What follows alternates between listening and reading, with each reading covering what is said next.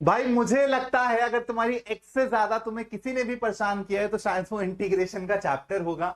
तुम लोगों ने जैसे तैसे करके ये चैप्टर समाप्त किया, खत्म किया, इसके सारे फॉर्मूलाज को रटा, दिमाग में डाला, अप्लाई करना सीखा। उसके बाद जब तुम नेक्स्ट चैप्टर में गए एप्लीकेशन ऑफ इंटीग्रल, तो जैसे ही वहां पर अप्लाई करने की बारी आई भाई सब भूल गए। हुआ है ना तुम्हारे साथ भी ये ऐसा? तो बेटा तुम लोगों के लिए मैं एक रामबाण लेकर आया हूं, फॉर्मूला चीट शीट दे रहा हूं अपनी। जिस बच्चे ने मेरा वन शॉट देखा है इंटीग्रेशन का उसको पता है कि सर किस चीट शीट की बात कर रहे हैं। बेटा ये एक नॉर्मल चीट शीट नहीं है, नॉर्मल फॉर्मूला चीट शीट नहीं है। तुम गूगल पे सर्च करना इंटीग्रेशन ऑल इंपॉर्टेंट फॉर्मूलाज, तुमको 10 ऐसे पेजेस मिल जाएंगे जिसमें खाली तुम्हारे फॉर्मूलाज ना लिस्ट किए होंगे। लेकिन सर ने इन फॉर्मूलाज को ना अच्छे से 10 से 12 पेजेस के अंदर समझाया है। इनका ओरिजिन कहां से है, इन फॉर्मूलाज को अप्लाई कैसे करना है, इस टाइप का सवाल आएगा तो कैसे करना है। तो आप लोग इन 10 पेजेस के अंदर सिर्फ और सिर्फ फॉर्मूलाज रिवाइज नहीं करेंगे बेटा, पूरे के पूरे चैप्टर की कहानी आपको आपकी आंखों के सामने दिख जाएगी। आपको एक बारी मैं इसका थोड़ा सा उदाहरण भी दे देता हूं। जैसे यहां पर आप लोगों को एलिमेंट्री फॉर्मूलाज दिख रहे हैं, यहां पे 4 फॉर्मूलाज लिस्टेड है। ठीक है, मैंने क्या किया हुआ है, पूरी की पूरी इंटीग्रेशन को ना सेट ऑफ फॉर्मूलाज में डिवाइड किया हुआ है। ये रहा बेटा आपका 5वां सेट ऑफ फॉर्मूलाज जहां पे आपके ट्रिग्नोमेट्रिक फंक्शंस हैं। ये रहा आपका 6ठा सेट जहां पे इनवर्स ट्रिग्नोमेट्रिक फंक्शंस हैं। उसके बाद थोड़ा सा आगे बढ़ोगे तो बेटा देखो ये रहा आपका प्रॉपर्टीज ऑफ इंटीग्रेशन आ गया। उसके बाद थोड़ा सा और आगे बढ़ेंगे बेटा, अब यहां पे देखो सारी चीजें लिस्टेड है, आपका पूरा का पूरा चैप्टर भी रिवाइज होते हुए चलेगा कि कौन कौन से मेथड्स आपने सीखे हैं। ठीक है, और फिर मेथड्स को अप्लाई कैसे करते हैं, सारी चीजें तुम लोगों को दिखेंगी। थोड़ा सा और आगे बढ़ेंगे यहां पर तो आप लोगों को फॉर्मूलाज कंटिन्यू होते हुए दिख रहे हैं। यहां पर आप लोगों को दिख रहा है कि यार आपके बाकी ट्रिग्नोमेट्री वाले फॉर्मूलाज आप लोगों को दिख रहे हैं जो कि एक अलग मेथड से बनाए जाते हैं, और वो मेथड भी आप लोगों को दिख रहा है यहां पर। जैसे एग्जाम्पल के तौर पे मैंने आपको दिखाया है कि सेकेक्स का इंटीग्रेशन कैसे होता है। तो ये सारी की सारी चीजें आपको ना अच्छे से रिवाइज कराएंगे और पूरे के पूरे चैप्टर की कहानी आप लोगों को समझ आएगी। तो ये हो गए बेटा अपने 7th सेट ऑफ फॉर्मूलाज। उसके बाद आगे बढ़ूंगा तो बेटा ये रहे मेरे 8th सेट ऑफ फॉर्मूलाज। तुमको पता है कि कितने इंपॉर्टेंट है एप्लीकेशन ऑफ इंटीग्रल्स में, बेटा इनका बार बार यूज होता है और यही फॉर्मूलाज याद रखना सबसे ज्यादा इंपॉर्टेंट है। लेकिन देखो यहां पर भी सर ने एक्सप्लोर कराया है, इन फॉर्मूलाज को लिखा भी हुआ है।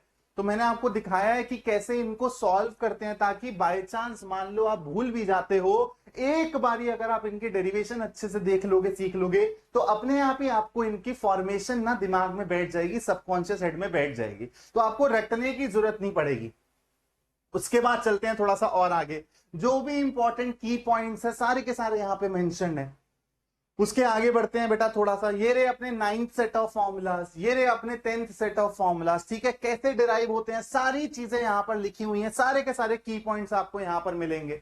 उसके बाद बेटा देखो किस किस टाइप के क्वेश्चंस बन सकते हैं 8th 9th और 10th सेट ऑफ फॉर्मूलाज, जो कि बहुत ज्यादा इंपॉर्टेंट है। वहीं से ही आपका बेटा इंटीग्रेशन का सवाल भी आता है, एप्लीकेशन ऑफ इंटीग्रेशन भी आता है। तो किस तरीके से बेटा इन फॉर्मूलाज को हम लोग यूज करते हैं, कौन कौन सी टाइप बनती है यहां से, उसको सॉल्व करने के क्या तरीके हैं, सारी की सारी चीजें यहां पर मेंशन है। मतलब ये सिर्फ फॉर्मूला चीट शीट नहीं है बेटा, ये कंप्लीट रिवीजन चीट शीट है। आपको सारी की सारी जो भी आपने चीजें सीखी हैं, समझी हैं इस चैप्टर में ना, सारी की सारी अच्छे से रिवाइज हो जाएंगी। विद इन 15 to 20 मिनट्स आप सारी की सारी चीजें रिवाइज कर सकते हो।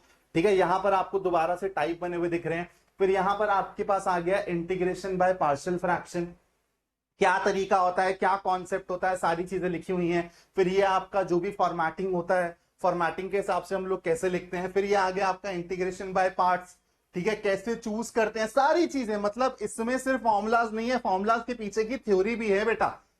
ठीक है, और उसके बाद देखो यहां पर सारे इंपॉर्टेंट रिजल्ट्स भी हैं, कि जो भी हम बाय पार्ट्स लगा के जो भी इंपॉर्टेंट रिजल्ट्स हैं हमारे पास, वो सारे के सारे यहां पर मेंशन है।